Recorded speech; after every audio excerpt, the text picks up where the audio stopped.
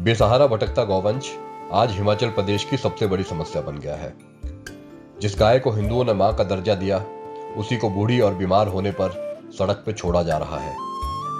और ये उस हिमाचल प्रदेश में हो रहा है जिसे देवभूमि माना जाता है। हालांकि पिछली और वर्तमान सभी सरकारों ने इस समस्या से निपटने के भारी भरकम दावे किए हैं, लेकिन सच्चाई कुछ और ही कहती है। सर्दियों के मौसम में बाहर ठिठुरती गाय समाज के पतन की कहानी खुद सुनाती है। लेकिन इस बीच कुछ ऐसे लोग भी हैं जिन्होंने सरकार से शिकायत करने के बजाय खुद इस समस्या का समाधान निकाला। राजगढ़ का रामा श्यामा गौ सेवा सदन एक ऐसा ही उदाहरण है। ये गौशाला रासू बांदर क्षेत्र की कुड़ू लवाना पंचायत के नेरीपुल गांव में स्थित है। इस क्षेत्र के कुछ बुद्धिजीवियों से जब गौवंश की दुर्दशा देखी नहीं गई, तो उन्होंने खुद ही कुछ करने की ठानी। एक अस्थायी ढांचा बनाकर उन्होंने बेसहारा गायों को शरण देनी शुरू की। शुरू में इन गायों के रहने और खाने की व्यवस्था करना आसान नहीं था। ऊपर से आसपास के लोगों को डर था कि कहीं उनकी फसलों को नुकसान ना पहुंच जाए। लेकिन गौशाला समिति अपने निश्चय पर डटी रही। गौशाला की विधिवत शुरुआत नवंबर 2021 में हुई। तब से लेकर आज तक गिरी नदी में बहुत पानी बह गया है। आज इस गौशाला में करीब 130 गौवंश आश्रय पा रहा है। साथ साथ बूढ़ी और बीमार गायों का इलाज भी हो रहा है। 4 सेवादार और एक वेटनरी फार्मासिस्ट कठिन परिस्थितियों में रहकर भी गौशाला का प्रबंधन संभाल रहे हैं। अब इस गौशाला के लिए पक्का आश्रय भी बनाया जा चुका है। हालांकि इसे अभी और विस्तार दिए जाने की जरूरत है। समय के साथ सरकार और प्रशासन का सहयोग भी गौशाला समिति को मिल रहा है। खंड विकास अधिकारी राजगढ़ के प्रयासों से गौशाला के चारों तरफ बाउंड्री वॉल भी बनाई जा चुकी है। स्थानीय जनता भी धीरे धीरे गौशाला का सहयोग कर रही है। लोग अपने परिवारों के साथ जन्मदिन मनाने और तुला दान करने गौशाला जाते हैं।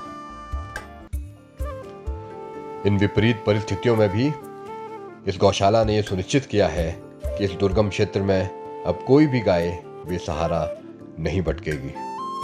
इस गौशाला में इस वक्त जी 128 पशु मौजूद है। ये पशु मैक्सिमम कहीं से लेकर नहीं आते। ये जो सड़कों में भटकते हैं, वारा घूमते हैं, और पुल बाल में भी कुछ पशु थे जो काफ़ी दिनों से वहाँ पड़े थे, और इधर भी सड़कों में भटक रहे थे।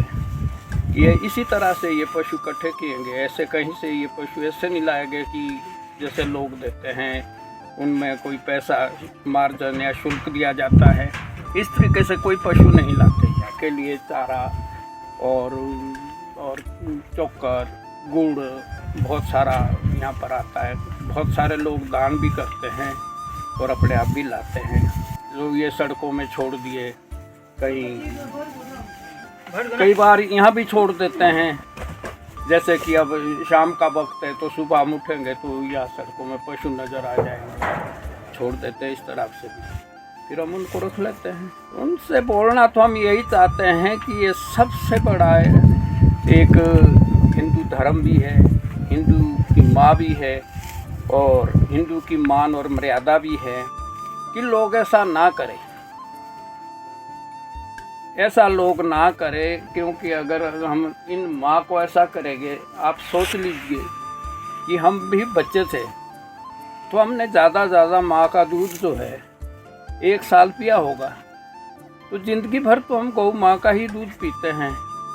और आगे हमारे बच्चे भी जो पढ़ रहे हैं वो भी इन्हीं माँ से पढ़ रहे हैं। तो एक माँ से दूध लेकर के हम उसको इस दशा में डाल दें, इस तरह छोड़ दें, तो ये हमारा धर्म नहीं है। इसलिए हम तो यही कहते हैं कि भाई हमारी माँ है, पूजा भी है और देवता भी है।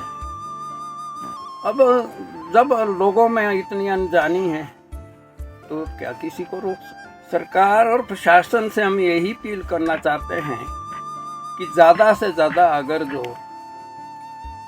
गौ की तरफ दे सरकार, क्योंकि लोगों के लिए भी बहुत किया है पर लोगों का पूरा कभी हुआ नहीं है जी। सरकार जितना भी लोगों के लिए करती हैं, लोग उतनी हड़ताल करेगा। अगर गौ के लिए प्रशासन करता है, सरकार कुछ करती हैं, तो ये दुआएं देगी। यहाँ समस्या वैसे कुछ नहीं है। यहाँ समस्या एक है, सिर्फ यहाँ चरागा कम है, बाहर छोड़ने की व्यवस्था नहीं है। यहाँ बहुत कम जगह है जहाँ बाहर छोड़े जाते हैं, क्योंकि सर्दी में तो चलो ये रह लेते हैं, इनके लिए यहाँ ही सब कुछ मिल जाता है। गर्मी और बरसात में यहाँ बहुत दिक्कत आती है। पिछली बरसात में भी मैं इनको जंगल में लेके गया था ऊपर, काफ़ी दूरी यहाँ से, कोई 30-35 किलोमीटर की दूरी पर।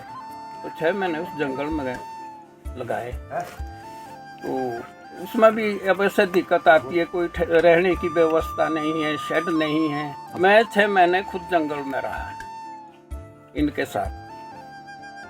मार्च में चला गया था और अभी अक्टूबर में आया हूँ, तो 60-70 पशु लेके गया था यहाँ से। जब इनकी दशा देखी, गांव में ये पशु हमारे पास जब आते थे तो लोग क्या करते हैं, हमारे गांव में काफ़ी बगीचे हैं, जब एक बार वहाँ पशु आ गए तो भागते नहीं। जब सर्दी का मौसम आया तो लोग यहाँ कहीं खाली ओबरा पड़ा है उसमें बंद कर देते कि नुकसान में ना जाए। 2-2, 3-3 दिन उसमें भूखे पड़े रहने, नहीं जी, पानी नहीं मिलना, घास नहीं मिलना। तो इस तरह सोच करके मैंने एक ही मन में ये ठानी कि भाई इस तरह से हुई इनकी दशा ना कर। और इनको कई बार मैं बाहर भी छोड़ता गया तो फिर लोग मेरी तरफ भी भड़क के कि भाजी बा आप ऐसे छोड़ते, हमारा नुकसान होता है, इसलिए आप ही इनके जुम्मेदार बन जाओ। तो इसलिए अरे भाई तो मैं ही जुम्मेदार बनूंगा, पर इस तरह तो इनको ना मारो। गोल्ड या डायमंड की खरीदारी का सोच रहे हैं तो विजिट करें राजेंद्रा ज्वेलर्स, जो आकर्षक उपहार के साथ देते हैं बेहतर सेवाएं। 916 हॉलमार्क गोल्ड और डायमंड ज्वेलरी, वो भी बहुत कम बनाई की लागत के साथ। हमारे यहाँ आप खरीद सकते हैं शादी के लिए बेहतर डिजाइन से बनी ज्वेलरीज। तो आइए और खरीदारी कीजिए और कीजिए अपने को खुश। राजेंद्रा ज्वेलर, नजदीकी शून्य मंदिर, या कॉल करें 9816130423 9625682430।